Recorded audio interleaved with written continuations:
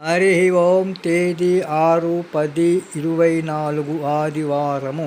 పూజ్య శ్రీ శ్రీ శ్రీ నిత్య శుద్ధానందగిరి స్వాముల వారి దివ్య ఆశీస్సులతో పూజ్య శ్రీ శ్రీ శ్రీ శివానంద స్వాముల వారి దివ్య మార్గదర్శకత్వములో 1000 రోజుల తపస్సు అనే కార్యక్రమములో శ్రీ విష్ణు సహస్రనామ జ్ఞాన యజ్ఞములో శ్రీ విష్ణు సహస్రనామాల నుండి 47వ శ్లోకము.